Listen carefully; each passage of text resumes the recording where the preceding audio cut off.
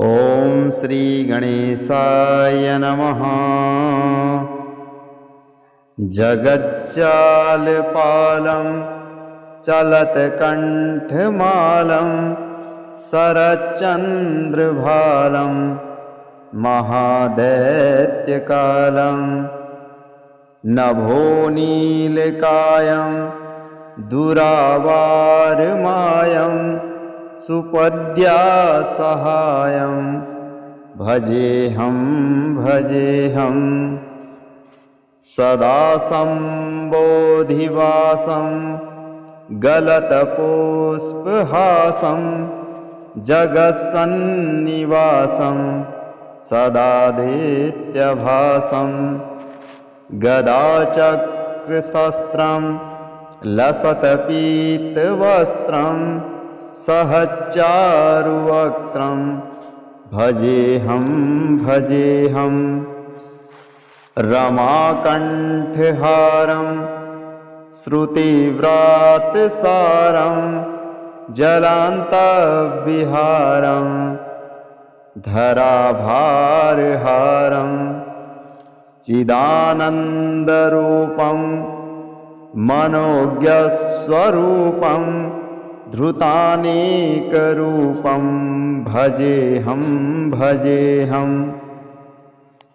जराजन्महीनं परानन्दपीनं समाधानलीनं सदैवानवीनं जगज्जन्महेतुं सुरानीककेतुं त्रिलोकैकसेतुं भजेऽहं कृतामनायगानं खगाधीशयानं विमुक्तैर्निदानं हरारातिमानं स्वभक्तानुकूलं जगद्वृक्षमूलं निरस्तार्थशूलं भजेऽहं समस्तामरेशं द्विरेफाभकेशं जगद्बिम्बलेशं हृदाकाशदेशं यदा दिव्यदेहं विमुक्ताखिलेहं सुवैकुण्ठगेहं भजेऽहं सुरालम्बलिष्टं त्रिलोकीवरिष्ठं गुरूणां गरिष्ठं स्वरूपैकनिष्ठं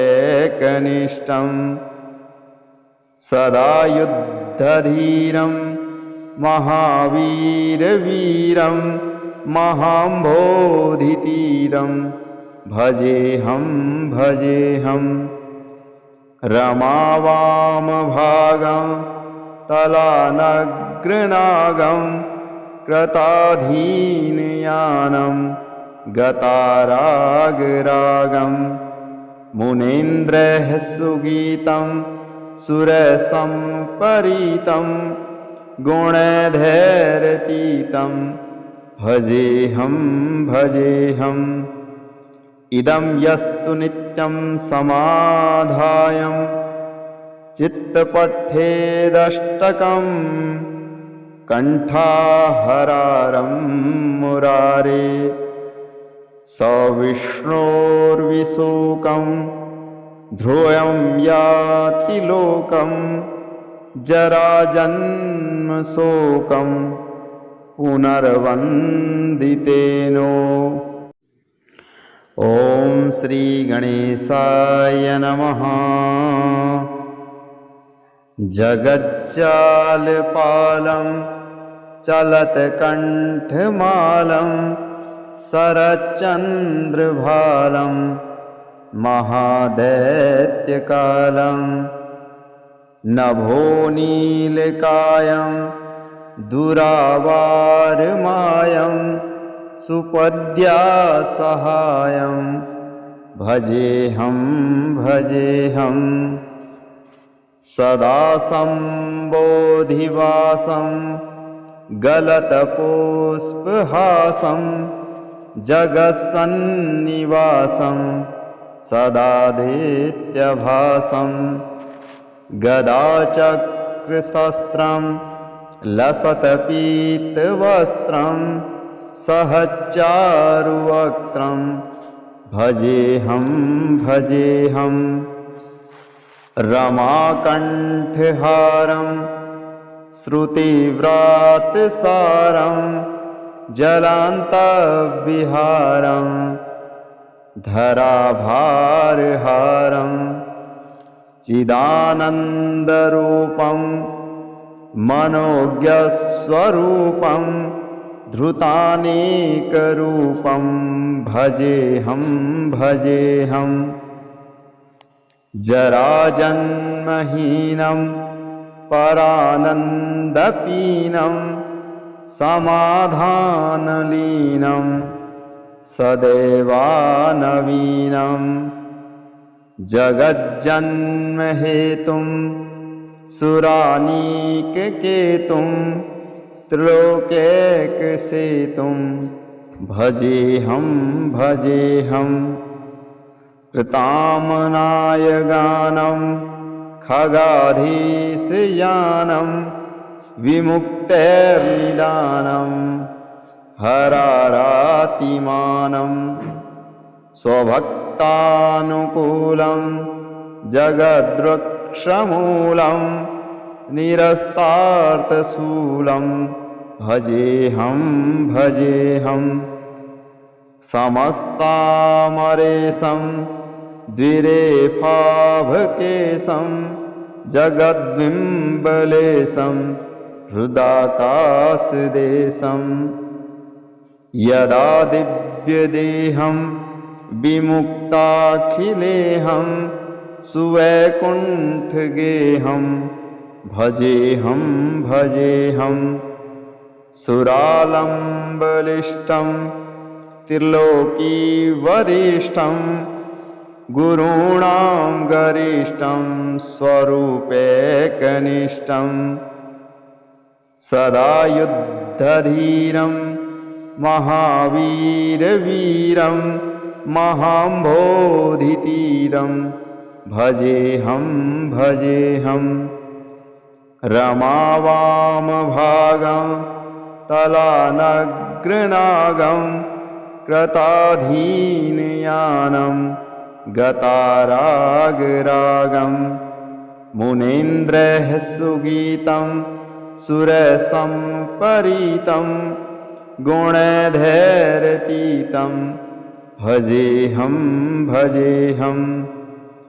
इदं यस्तु नित्यं समाधायं चित्तपठेदष्टकं कण्ठाहरारं मुरारे सविष्णोर्विशोकं ध्रुवं याति लोकं जराजन्मशोकं पुनर्वन्दितेनो। ॐ श्री गणेशाय नमः। जगज्जालपालं चलत्कण्ठमालं शरच्चन्द्रभालं महादैत्यकालं नभोनीलकायं दुरावारमायं सुपद्यासहायं भजेऽहं भजेऽहं सदा सम्बोधिवासं गलतपुष्पहासं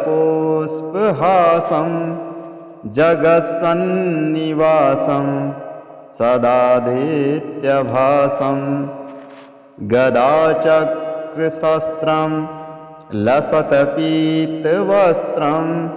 सहचारुवक्त्रं भजेऽहं भजेऽहं रमाकण्ठहारं श्रुतिव्रातसारं जलान्तविहारं धराभारहारं चिदानन्दरूपं मनोज्ञस्वरूपं धृतानेकरूपं भजेऽहं भजेऽहम् जराजन्महीनं परानन्दपीनं समाधानलीनं सदैवानवीनं जगज्जन्महेतुं सुरानीककेतुं त्रिलोकैकसेतुं भजेऽहं भजेऽहम् कृतामनायगानं खगाधीशयानं विमुक्तेर्निदानं हरारातिमानं स्वभक्तानुकूलं जगद्वृक्षमूलं निरस्तार्थशूलं भजेऽहं भजेऽहम् समस्तामरेशं द्विरेफाभकेशं जगद्बिम्बलेशं हृदाकाशदेशं यदा दिव्यदेहं विमुक्ताखिलेऽहं सुवैकुण्ठगेहं भजेऽहं भजेऽहं सुरालम्बलिष्टं त्रिलोकीवरिष्ठं गुरूणां गरिष्ठं स्वरूपैकनिष्ठं सदा युद्धधीरं महावीरवीरं महाम्भोधितीरं भजेऽहं भजेऽहं रमावामभागं तलानग्रनागं कृताधीनयानं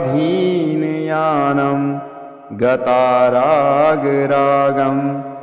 मुनीन्द्रैः सुगीतं सुरसम्परीतं गुणैर्धैर्यतीतं भजेऽहं भजेऽहम् इदं यस्तु नित्यं समाधायं चित्तपठेदष्टकं कण्ठाहरारं मुरारे सविष्णोर्विशोकं ध्रुवं याति लोकं जराजन्मशोकं पुनर्वन्दितेनो। ॐ श्री गणेशाय नमः। जगज्जालपालं चलत्कण्ठमालं शरच्चन्द्रभालं महादैत्यकालं नभोनीलकायं दुरावारमायं सुपद्यासहायं भजेऽहं भजेऽहम् सदा सम्बोधिवासं गलतपुष्पहासं जगत्सन्निवासं सदादित्यभासं गदाचक्रशस्त्रं लसत्पीतवस्त्रं सहचारुवक्त्रं भजेऽहं भजेऽहम् रमाकण्ठहारं श्रुतिव्रातसारं जलान्तविहारं धराभारहारं चिदानन्दरूपं मनोज्ञस्वरूपं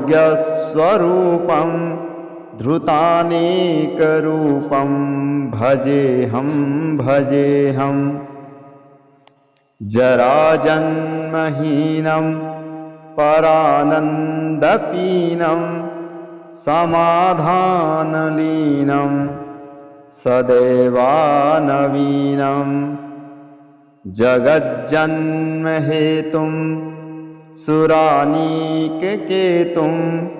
त्रिलोकैकसेतुं भजेऽहं भजेऽहम् कृतामनायगानं खगाधीशयानं विमुक्तेर्निदानं हरारातिमानं स्वभक्तानुकूलं जगद्वृक्षमूलं निरस्तार्थशूलं भजेऽहं समस्तामरेशं द्विरेफाभकेशं जगद्बिम्बलेशं हृदाकाशदेशं यदा दिव्यदेहं विमुक्ताखिलेऽहं सुवैकुण्ठगेहं भजेऽहं सुरालम्बलिष्टं त्रिलोकीवरिष्ठं गुरूणां गरिष्ठं स्वरूपैकनिष्ठं सदा युद्धधीरं महावीरवीरं महाम्भोधितीरं भजेऽहं रमावामभागं तलानग्रनागं कृताधीनयानं गतारागरागं मुनीन्द्रैः सुगीतं सुरसम्परीतं गुणधैर्यतीतं भजेऽहं इदं यस्तु नित्यं समाधायं चित्तपठेदष्टकं कण्ठाहरारं मुरारे सविष्णोर्विशोकं ध्रुवं याति लोकं जराजन्मशोकं पुनर्वन्दितेनो। ॐ श्री गणेशाय नमः। जगज्जालपालं चलत्कण्ठमालं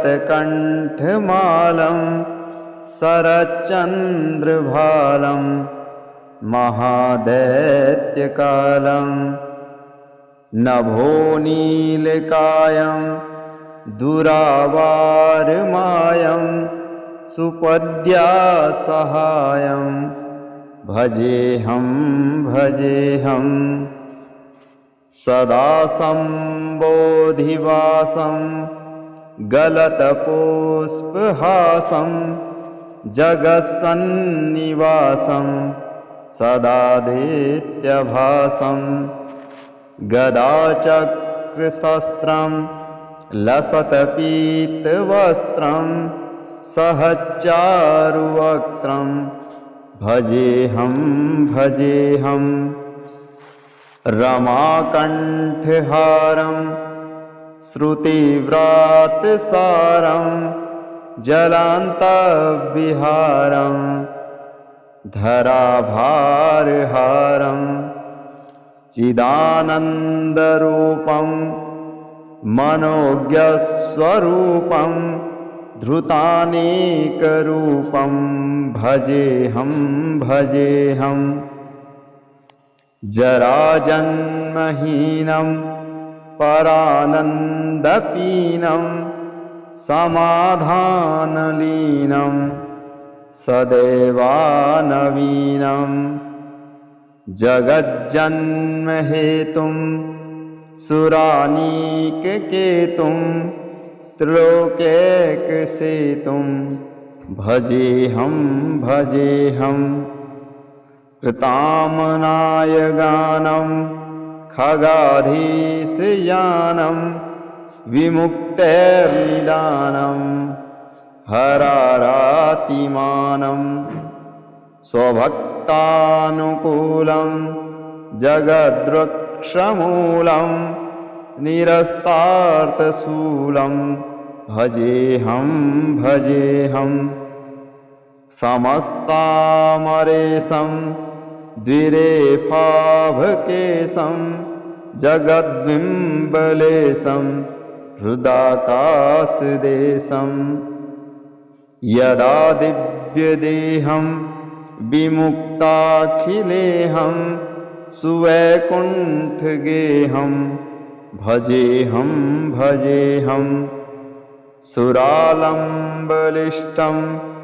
त्रिलोकीवरिष्ठं गुरूणां गरिष्ठं स्वरूपैकनिष्ठं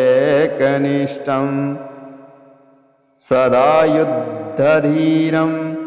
महावीरवीरं महाम्भोधितीरं भजेऽहं भजेऽहं रमावामभागं तलानग्रनागं कृताधीनयानं गतारागरागं मुनीन्द्रैः सुगीतं सुरसम्परीतं गुणधैर्यतीतं भजेऽहं भजेऽहम् इदं यस्तु नित्यं समाधायं चित्तपठेदष्टकं कण्ठाहरारं मुरारे स विष्णोर्विशोकं ध्रुवं याति लोकं जराजन्मशोकं पुनर्वन्दितेनो। ॐ श्री गणेशाय नमः। जगज्जालपालं चलत्कण्ठमालं शरच्चन्द्रभालं महादैत्यकालं नभोनीलकायं दुरावारमायं सुपद्यासहायं भजेऽहं भजेऽहं सदा सम्बोधिवासं गलतपुष्पहासं जगत्सन्निवासं सदादित्यभासं गदाचक्रशस्त्रं लसत्पीतवस्त्रं